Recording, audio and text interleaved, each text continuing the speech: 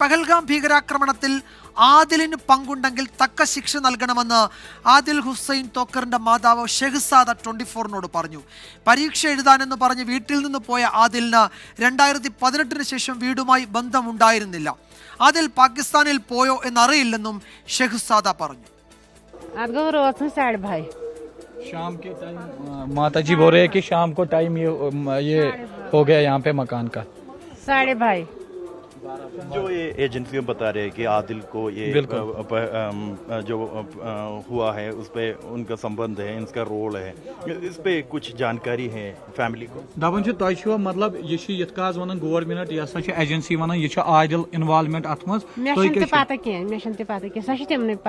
ये बोल रहे कि हमें इसका कोई. ബൽറാം നെടുങ്ങാടി ബെജ്ബെഹാരയിൽ നിന്നാണ് വിശദാംശങ്ങളുമായി ചേരുന്നത്. ബൽറാം, എന്താണ് ആ കുടുംബം പറയുന്നത്? ഈ ആദിൽ പാകിസ്ഥാനിലേക്ക് പോയോ എന്നുപോലും അവർക്ക് സംശയമുണ്ട്. തന്നെയുമല്ല, അയാൾ എവിടെയെങ്കിലും ഉണ്ടെങ്കിൽ, ജീവനോടെ ഉണ്ടെങ്കിൽ അന്വേഷണ ഏജൻസികൾക്ക് പോലീസിന് മുന്നിൽ കീഴടങ്ങണം എന്നൊക്കെ ആ അമ്മ പറയുന്നുണ്ടല്ലേ?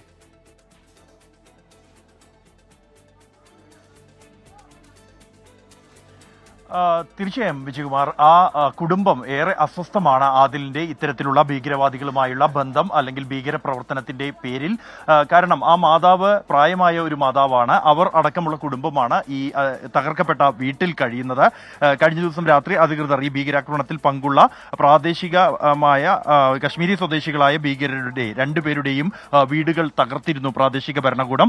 ആദിലിന്റെ മാതാവ് പറയുന്നത് 2018 ഒരു പരീക്ഷ എഴുതാനായി എന്ന് പറഞ്ഞ് വീട്ടിൽ നിന്ന് പോയതാണ് ആദിൽ. പിന്നീട് വീട്ടുകാരുമായി യാതൊരു ബന്ധവുമില്ല. ഏജൻസികൾക്ക് ആദിൽ പിന്നീട് പാകിസ്ഥാനിൽ പോയതായി കണ്ടെത്തിയിരുന്നു. അവിടെ നിന്നും ഭീകര സംഘടനകളുമായി ബന്ധമുണ്ട്, ലഷ്കർ ഇ തൊയ്ബ അടക്കമുള്ള സംഘടനകളുമായി ഇയാൾക്ക് ബന്ധമുണ്ടായിരുന്നു എന്നും അവിടെ നിന്നും പരിശീലനം സിദ്ധിച്ചിരുന്നു എന്നുമുള്ള വിവരം ലഭിച്ചിട്ടുണ്ട്. കഴിഞ്ഞ വർഷം ആദിൽ ഇന്ത്യയിലേക്ക് മടങ്ങിയെത്തിയെന്നാണ് ഏജൻസികൾക്ക് ലഭ്യമായിരിക്കുന്ന വിവരം. തുടർന്ന് ഇവിടെ കശ്മീരിൽ തന്നെ അതിർത്തി കടന്നെത്തുന്ന, നുഴഞ്ഞു കയറിയെത്തുന്ന ഭീകരർക്ക് സഹായം ഉൾപ്പെടെയുള്ളവ ചെയ്യുക, അവരുടെ വഴികാട്ടിയായി പ്രവർത്തിക്കുക തുടങ്ങിയവയായിരുന്നു ഇയാൾ ചെയ്തു വന്നിരുന്നത് എന്ന് ഏജൻസികൾ കണ്ടെത്തിയിട്ടുണ്ട്. ഈ പെൽഗാമിലെ ഭീകരാക്രമണത്തിലും സമാനമായ ഒരു സഹായമാണ് ആദിലിന്റെ ഭാഗത്തു നിന്നും ഉണ്ടായത് എന്നാണ് നിലവിലെ സാക്ഷിമൊഴികളിൽ നിന്നടക്കം ഏജൻസികൾ കണ്ടെത്തിയിരിക്കുന്നത്. എന്നാൽ ഈ മാതാവ് പറയുന്നത് ആദിലിന് ഭീകരപ്രവർത്തനവുമായി ബന്ധമുണ്ടോ എന്ന് തനിക്ക് അറിയില്ല. പോയ ശേഷം വീട്ടുകാരുമായും യാതൊരു ബന്ധവുമില്ല. കൂടാതെ പാകിസ്ഥാനിൽ പോയ കാര്യവും അറിയില്ല.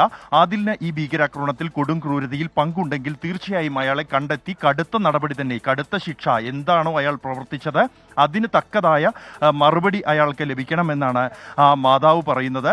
പ്രധാനമായും ഈ പ്രതികൾക്ക് വേണ്ടിയുള്ള തെരച്ചിൽ ഊർജിതമായി നടക്കുന്നതിനിടെയാണ് ഇത്തരത്തിൽ ഒരു നടപടിയും അധികൃതരുടെ ഭാഗത്തു നിന്നും ഉണ്ടായിരിക്കുന്നത്. ഇന്നലെ അർദ്ധരാത്രി 12:30 ഈ ഭീകരരുടെ വസതികളിൽ ഇത്തരത്തിൽ ഒരു നടപടി. ഇത് ഒരു ഭീകരവാദത്തെ സഹായിക്കുന്ന ആളുകൾക്ക് ഉള്ള ഒരു സന്ദേശം എന്ന നിലയിലാണ് പ്രാദേശിക ഭരണകൂടത്തിന്റെ ഉൾപ്പെടെ സഹായത്തോടുകൂടി സ്ഫോടക വസ്തു ഉപയോഗിച്ച് വീട് തകർത്തുകൊണ്ട് ഭീകരർക്കെതിരായ കടുത്ത നടപടിയിലേക്ക് ജമ്മു കശ്മീരിലെ പ്രാദേശിക ഭരണകൂടങ്ങളും ഏജൻസികളും സുരക്ഷാ ഏജൻസികളും ചേർന്നുള്ള ഇത്തരത്തിലുള്ള ഒരു നടപടി. വിജയകുമാർ, യെസ്, ഈ ദൃശ്യങ്ങൾ ശ്രീനഗറിനടുത്ത് ബെജ്ബെഹാരയിൽ നിന്നാണ്. അവിടെ ഈ ഭീകരാക്രമണത്തിന് അതിൽ പങ്കെടുത്ത പ്രാദേശിക ഭീകരൻ അയാളുടെ വീട് ഇന്നലെ സുരക്ഷാ സേനയും പ്രാദേശിക ഭരണകൂടവും ചേർന്ന് തകർത്തിരുന്നു. അയാളുടെ അമ്മ പറയുകയാണ്, ഷെഹ്സാദ പറയുകയാണ്, മകൻ ഇതിൽ പങ്കുണ്ടെങ്കിൽ അവന് കനത്ത ശിക്ഷ നൽകണം. അയാൾ പാകിസ്ഥാനിൽ പോയോ എന്നൊന്നും അറിയില്ല. പക്ഷേ സുരക്ഷാ സേന പറയുന്നത് ആദിൽ പാകിസ്ഥാനിൽ പരിശീലനം കിട്ടി, അതിനുശേഷം ഇന്ത്യയിലേക്ക് വന്നിട്ടുണ്ട്, ഈ ഭീകരാക്രമണത്തിൽ അയാൾക്ക് പങ്കുണ്ട് എന്ന്. ബൽറാം നെടുങ്ങാടിയാണ് വിവരങ്ങൾ നൽകിയത്.